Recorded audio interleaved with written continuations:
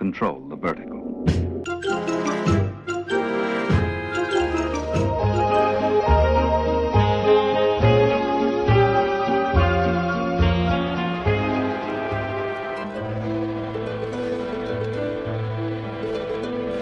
Welcome to Anthologic, the TV anthology podcast. I am your host, Mark. Anthologic is a podcast dedicated to exploring the good, the bad, and the odd of horror, science fiction, and the best of mystery suspense anthology shows and series on TV.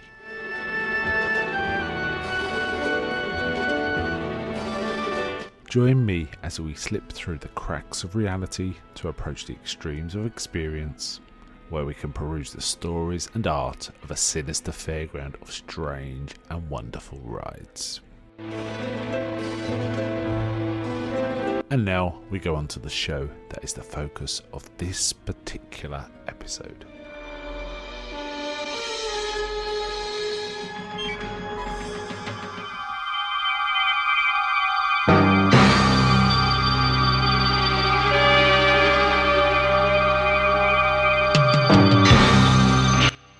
Hammer House of Horror was a British television series made in 1980. It was an anthology series created by Hammer in association with the Cinema Arts International and ITC Entertainment, consisting of 13 episodes of about 50 minutes each, originally broadcast on ITV, which is the independent TV channel in the UK. It was typical of an anthology series with a changing cast and story each week. Some of the stories were supernatural, involving things like witches, ghosts, werewolves, devil worship, but it was also non-supernatural horror episodes as well, involving things like serial killers. Various people directed these episodes, some of them Hammer alumni. For example, Peter Sasdy, who had directed several Hammer films when they were a full production studio, directed one, for example. This originally ran on ITV on Saturday nights from the 13th of September to the 6th of December in 1980. I remember it distinctly. It was 9 o'clock at night or just after, which is considered the watershed in British broadcasting standards, which means things like nudity and more graphic language, more graphic visuals, and more violent material could be shown. And this typically fell after that time. The series itself, as I say, lasted 13 episodes, but it actually had a sequel of sorts followed up, which was called The Hammer House of Mystery and Suspense. Very similar in structure to the last one, in that it consisted of a number of episodes. These were a little longer though, they tend to be 70 minutes, and it had a similar format, though it was actually a different co-production, quite an interesting one, because it was Hammer Studios in conjunction with 20th Century Fox. Now, these guys had collaborated in the past on another anthology series, one we've already covered on Anthology, which is the series Journey to the Unknown. So this was kind of a reprise of that. And this sequel series is known in the United States as Fox Mystery Theatre. So that's enough about the show in general. Let's get on to the specific episode. The first of these series broadcasts was called The Witching Time. Directed by Don Lever and written by Anthony Reed. It had a reasonably solid famous cast, consisting of John Finch, Patricia Quinn, Prunella G, Ian McCulloch and Leonard Pierce, and a few other more minor characters, but they were the key cast. It's an interesting one. This involves witchcraft. Basically, a 17th century witch somehow manages to regenerate herself and transport herself to the 20th century, which anyone who's watched British telly for a long time, such as myself, us older viewers, may remember a very similar premise in a children's TV show called Catweasel. Similar kind of premise. Now, the actors, quite an interesting cast. This John Finch, is the main actor in this. He's an interesting guy. I mean, I think he's Shakespearean, I want to say. He's kind of well regarded. But to me, he's always been one of those actors that you can't quite remember his face, which probably makes him for a good actor, right? His most famous roles are probably, the ones I know him from anyway, are Roman Polanski's Macbeth. He played Macbeth. And also he was the protagonist, the rather angry protagonist in what many consider Hitchcock's last great film, which was Frenzy. And he puts in a solid turn in those films. And it's not bad here. It's quite a melodramatic script, this, and he kind of delivers reasonably well based on that premise. Against him, the antagonist of this show is probably the witch Lucinda, played by Patricia Quinn. Interesting actress. This, never seen her do a bad performance. She got famous, I think, from playing Magenta in Rocky Horror Picture Show. She's very, very good as Magenta. But I remember very distinctly putting in a rather great turn against Patrick Stewart, of all people, in a few episodes of one of the great TV dramas of all time, in my opinion, I, Claudius. She played Livilla. She was like, had many scenes with Patrick Stewart, and she held her own with Patrick Stewart, which is no mean feat, right? She was an equal to him, I would consider, in those scenes. So, very interesting actress. She was also in a few other things you may recognise her from. She was, for example, the witch in Hawk the Slayer.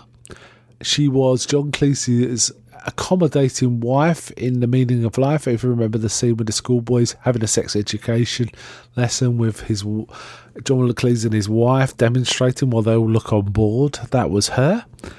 And she also appeared not too long ago in Rob Zombie's Lords of Salem as one of the older witches. So got a good horror and drama pedigree, I'd say. So those were the two main actors in this. There was also a wife, Prunella G, who was okay. She wasn't a great actress. She basically had to strip down to her underwear at one point and run around for a bit. And she had the physique for that kind of thing. But in terms of acting, not great. And also, we did get one turn from an actor that's very well known in the UK. Leonard Pearce appeared in this. Now, Leonard Pearce is well known from UK viewers for playing Grandad in Only Fools and Horses, a well-loved comedy series in the UK. Grandad was one of the iconic characters in the first 3 seasons. Leonard Pearce was that actor. Now, in that, he's a sort of Cockney chancer type, old Cockney type, but in this, he's got a posh voice and he's upright. He's a vicar. And it's kind of interesting to see. In many ways, he kind of conjures up the spirit of Ralph Richardson to me in this role. And it's kind of interesting. He's talking about, spirits and exorcisms and stuff. I really liked it. He was only in it very briefly, but I really, really liked it. Okay, let's get on to the story. So it starts with what looks like an old-fashioned Hammer film, of all things. A woman in a, 17th century house, bedroom, and she's basically stripping off and getting ready for bed, and something approaches her and attacks her. So it's like, this looks like a Hammer film. Now, I have to say, when I did see this series when it first started, and knowing it was Hammer House of Horror, and knowing Hammer's pedigree, I was well versed in Hammer films. I was expecting this series to reprise both the quality and the kind of nature of the stories of that run of films, but in fact it didn't. I remember being quite disappointed with this series when I first saw it, because it really wasn't a reflection of the films. It was his own thing. I mean, it was trying to capture some of it, but it didn't get it. It didn't have the quality, it didn't have the music, it didn't have the sheer brilliant colour, if nothing, of Hammer. So it was kind of lacking. It kind of looked flat. It was very traditionally lit and shot. So it kind of was disappointing from that point of view. It's interesting they used this bait and switch as the opening episode to make it look like it was going to be our film. And it turns out what it is our main character, played by John Finch, is a movie music composer. So he's actually watching a film and composing along to it, sort of writing this sort of intense music. Nice bait and switch, I guess. But then it turns out his wife phones up and says she's got to work late and she's been unfaithful. And he kind of suspects it, I think. It's not stated explicitly, but it's kind of. But suddenly this woman turns up, Lucinda, and starts talking about the fact she managed to get through time to get there, and she tells him she's a witch and stuff like that. And basically he starts telling people, but it gets interpreted as signs of madness because no one else sees him, and there's that kind of internal drama. In the actual show, it's not presented to us as ambiguous, I should say. It's presented as, yeah, she's there, and only she's only around when he's there. Anyway, they sleep together. Oh, we get some fairly, straightforward nudity from Patricia Quinn. She's forward in sort of wanting to take him as a lover and sort of using him to suit herself. He's got massive deep scratches, gouges almost in his back at one point. We see it's kind of disgusting actually, and his wife's kind of aware of this, and she's worried he's going mad. But essentially, she gets thrown from a horse and injured quite badly and gets to the hospital. But her husband doesn't come and see her. And when she kind of gets enough wherewithal to go back to the house, gets a little better, though she's still in a lot of pain. He's kind of sweating and mad acting, so she's still not sure what's going on. But then she finds an effigy of herself, it appears, with nails in, and tries to pull them out. And basically it all kicks off there. I don't want to spoil this particular one. It's though let's put it this way. It was a rather middling episode. I think it wasn't the best one to open a series like this. I think there were stronger episodes later in the run that would have worked better.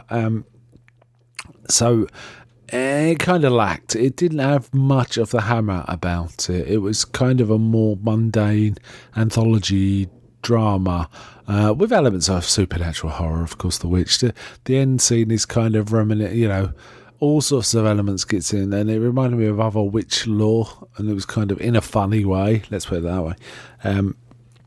But it kind of, and it ends kind of abruptly and not very well. The resolution isn't great. You can kind of follow it, but only just. So I felt like they didn't know what to do at the end, so they kind of rushed it, which is a shame. So I think they could have put out a better episode. This was a bit of a disappointment for this series for me. I am looking forward to seeing more eventually, though, but this one I didn't think was too great.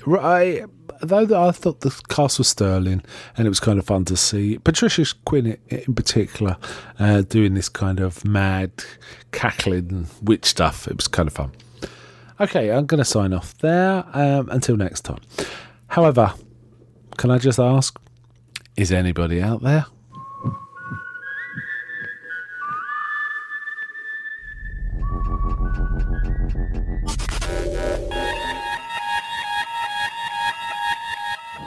We now return control of your television set to you. Until next week at this same time, when the control voice will take you to